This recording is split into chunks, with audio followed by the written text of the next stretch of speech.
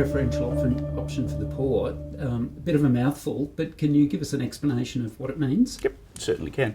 It originates in, the Latin American context, particularly the work of liberation theologians and the meetings of the Latin American bishops' conferences.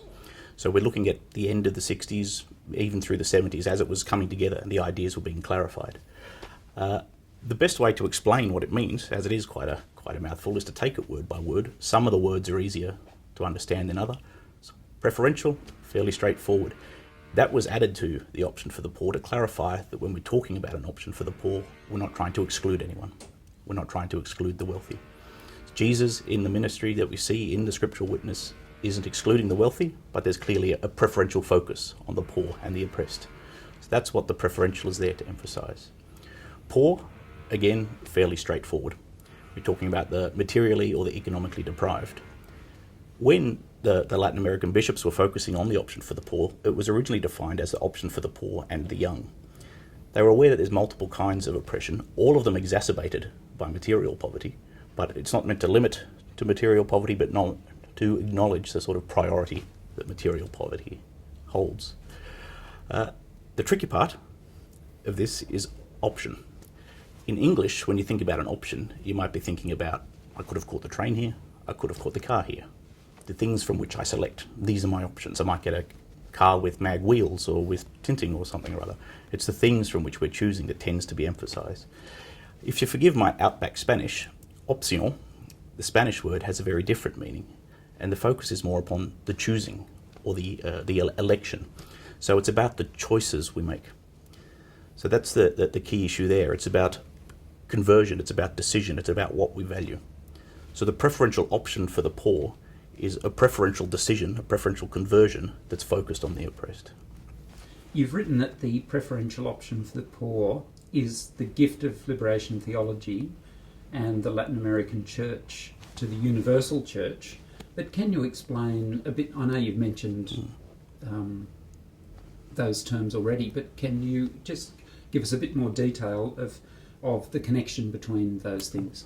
So the Latin American bishops returned from Vatican II excited and vivified and wanting to implement the council in the Latin American context.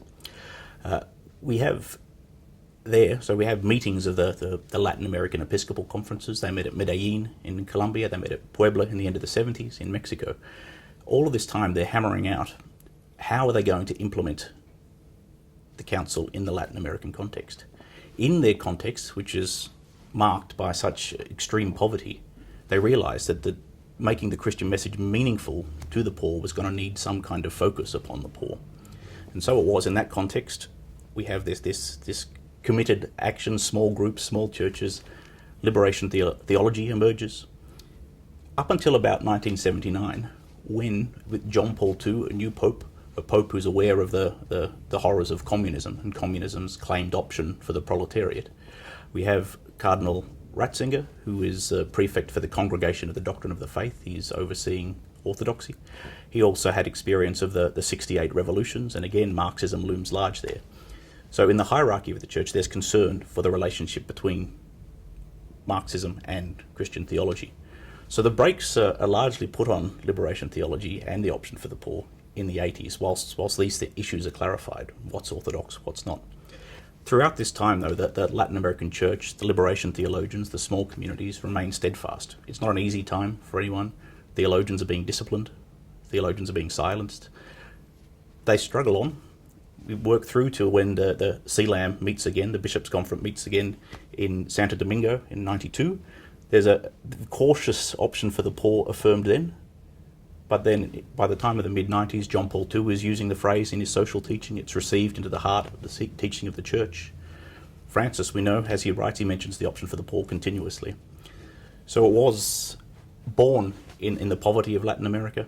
It was defended by the Latin American liberation theologians in trying times, and it's now been received into the heart of Catholic teaching. So you mentioned there that some key people in the church had problems with the term.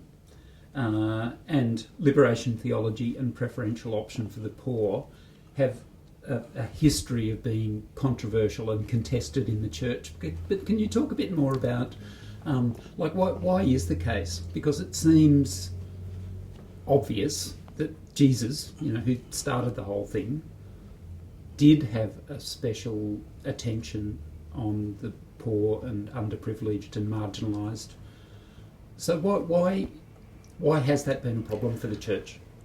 The spectre, the ghoul in the background in all of this remains Marxism.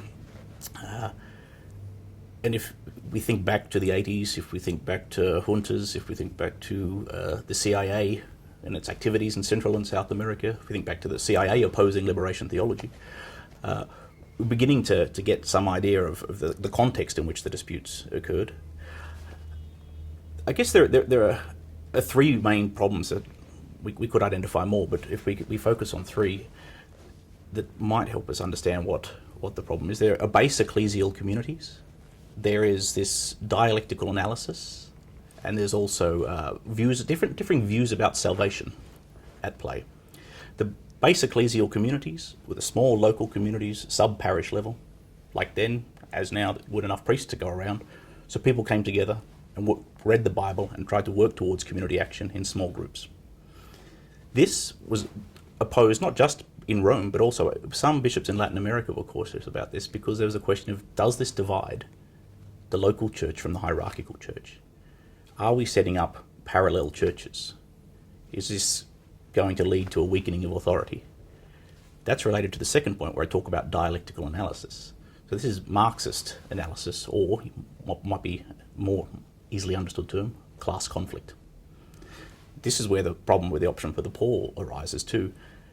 Sometimes when Cardinal Ratzinger, or then Cardinal Ratzinger, was reading liberation theology, you saw the option for the poor as promoting class conflict, hence the preferential coming in at a later point, to clarify that option for the poor is not to be identified simply with class conflict. It's not to be identified with siding with the proletariat and trying to transform history.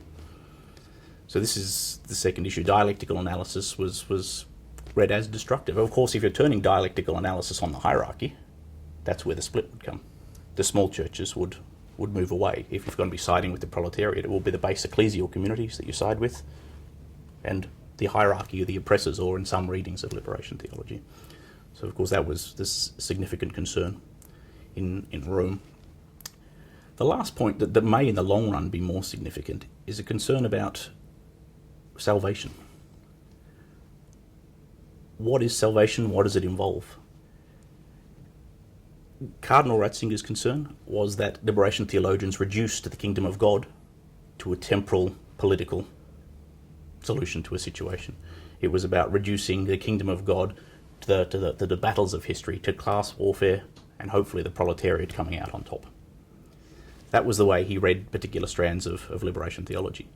The liberation theologians will be talking about transforming the present situation to something that more closely approximates the reign of God, the kingdom, because salvation begins here and now. The kingdom is among you. Pope Francis will talk about to evangelize is to work to justice, is to make the kingdom manifest. It begins now, it's fulfilled later, but it begins now. But there's these different views of history. The liberation theologians were very keen to emphasize that there is one history, not two, not sacred and profane running parallel, but one history that God's begun to work on and that God will transform.